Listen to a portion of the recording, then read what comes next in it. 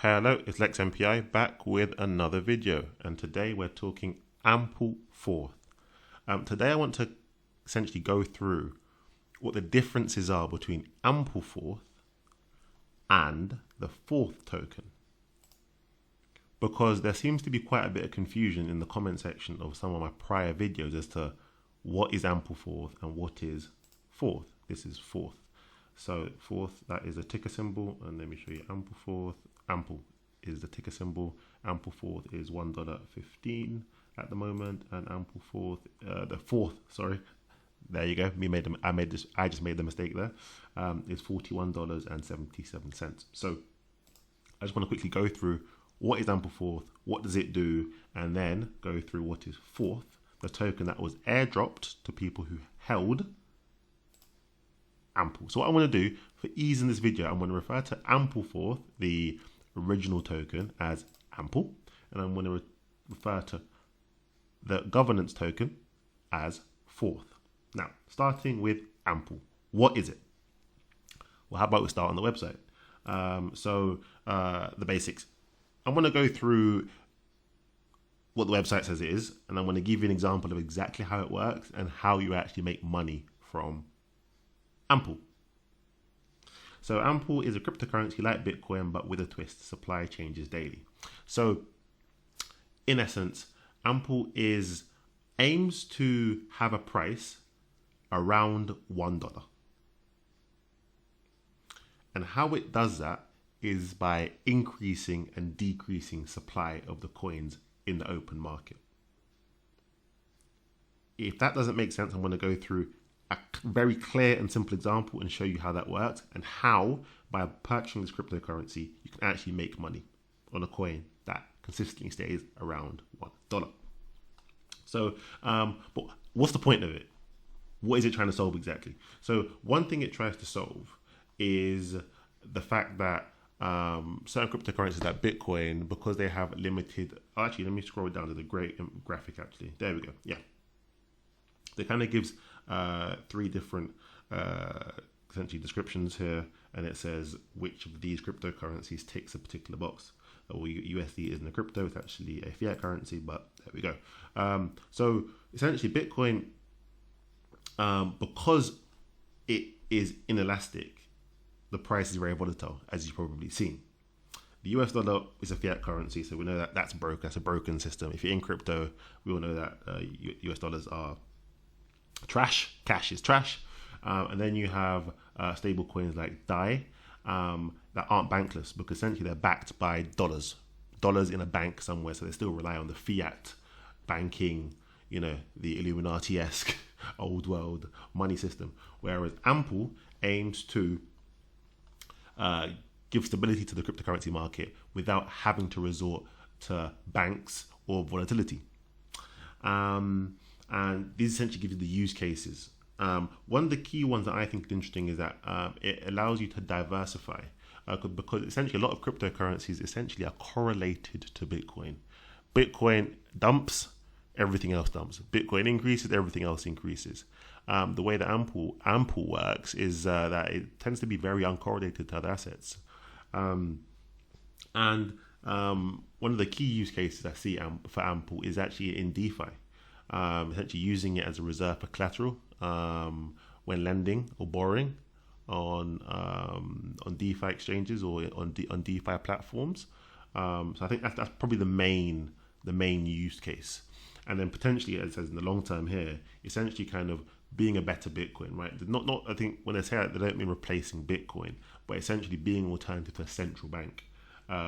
So you think you could have a permissionless, decentralized, automated reserve currency that reacted to supply and demand, that wasn't controlled by essentially a political institution who we all know print money.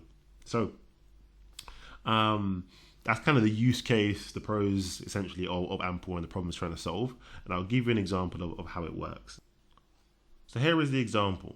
We start here, and I'll take you on a journey through, and this will explain exactly how Ample works in practice without all the economic mumbo jumbo. So you start here with 100 Ample tokens. There's 100,000 in circulating supply. meaning you hold a 0.1% market share. That's simply that 100 divided by the 100,000 gives you your 0.1% market share. And it's in perfect equilibrium, so therefore each Ample token is worth $1, which is what it aims to. And the market cap is 100,000, because the market cap is simply the circulating supply multiplied by the price of the coin. So this is a very simple and mathematically easy to understand example. Let's take that in. Perfect. But then there's increased demand, for example. Lots of people want the Ample token. So therefore, what happens when you have 100,000 tokens and lots of people really want it? Well, in a free market, in economics, high demand means an increase in price. So what happens is that there's increased demand for Ample, and then the price essentially doubles because so many people want the Ample token. So the price per coin is now $2 a coin on the open market. If you go to Binance or wherever or Coinbase to swap your Ample, they're charging you $2 a coin. There's still only 100,000 coins in circulation. You own 100 of them. The price per coin is $2. So therefore the market cap is now $200,000, right? Because there's $2 a coin, there's 100,000 in circulation, $200,000 market cap. And you still have 100 coins, and you're happy because your 100 coins are now worth $200, because $2 a coin. That's what would happen in a normal cryptocurrency, right? It would literally just end there. You had some coins, there was increased demand, the price went up. That Bitcoin, or any other cryptocurrency really that you buy, you buy it, you hope demand increases, and therefore the amount you have is worth more.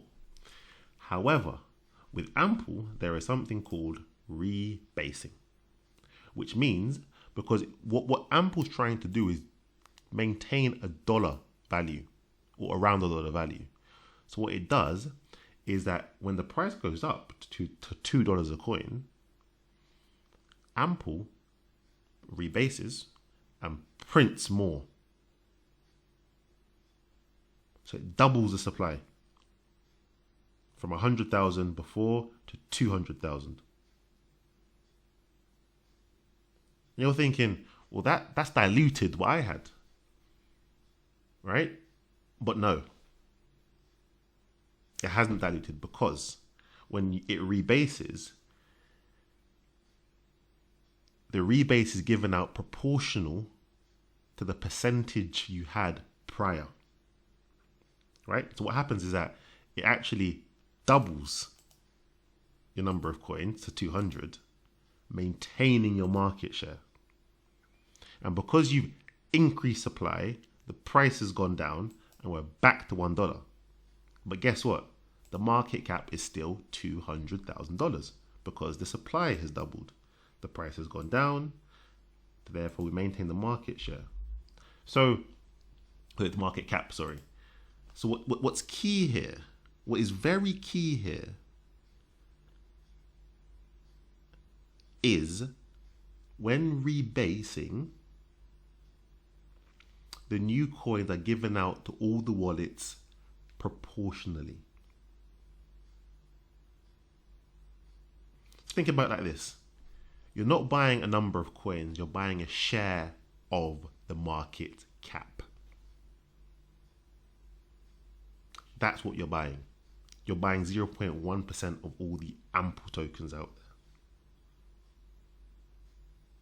there. And how you make money is by if demand for Ample increases. If demand for Ample increases, that means they have to create more coins. Then that means that they'll have to give more coins to every wallet that contains them to maintain their market share.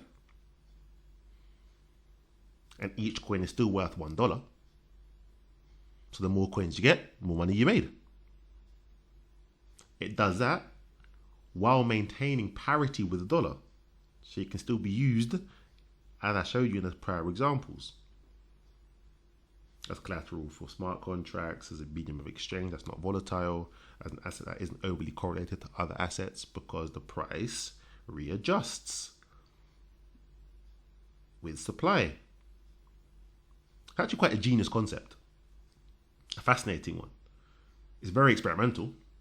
It hasn't been proven yet, but you can make money with Ample. You see, people are like, well, how that, the common question I've seen, on blogs or even in the comments of some of my videos is, well, how do I make money if it's always $1? And the key thing here is the rebasing. This bit here, the part 2. I hope that's made some sense to everyone. I'm quickly going to run through essentially what the governance token is. Bear with me. So onto Forth. This is this token. This is the governance token. This is the Ampleforth blog. So long story short, the Forth token is a governance token. So governance token, essentially, it completely decentralizes essentially the Ampleforth ecosystem. Because what it means is that the holders of Forth tokens are able to vote on future actions or inactions that the Ampleforth system makes. So to be honest with you, I'm not exactly sure exactly what things we'll be voting on, but there will be things that come up in regards to how Ampleforth runs, works, maybe the rebasing period, how often it rebases, the tolerance, up, above or below the dollar. For example, these all these, or maybe future airdrops, I don't know, but there will be decisions that need to be made. And the whole point of cryptocurrency, or a lot of cryptocurrencies, is to decentralize things. And therefore, if you don't have governance tokens, somebody somewhere has to make a decision, or a company has to make a decision. And what they want to do is that put that decision-making process in the hands of the community, people that hold the token, right? And that's truly decentralized. So a little waffle on here. Most of it's regarding the actual airdrop, so here it goes. It kind of goes through how it works exactly, and it compares it to the Compound Finance Comp tokens. I think Comp essentially kind of pioneered the whole governance token model. Uniswap did a similar thing with the Uniswap airdrop and then the Uniswap token. So you're able to vote on parts of the project and future decisions they make. And that Forth token isn't pegged to $1. That just has a market value that fluctuates up and down on the free market. So we can take a look here on coin market cap, as you can see here. It's loading. There we go. Currently it's actually doing okay. It's at $41. So that's the long and short of the Forth token. I think we will hear more, right? I think where are we? It doesn't explain it here, but yeah, we should be hearing more in regards to the actual voting system and mechanism. People are talking about May 5th, the potential date. Who knows? We shall see what happens next. But that is a kind of brief overview of the differences between Ample and Forth that together create the Ampleforth ecosystem. I hope that clears up any confusion that anyone had. I had lots of questions regarding that in the comments, but that's it really. I'll end that there. So please like and subscribe if you found that useful or enjoyable. Lex MPI signing out. Have a nice day.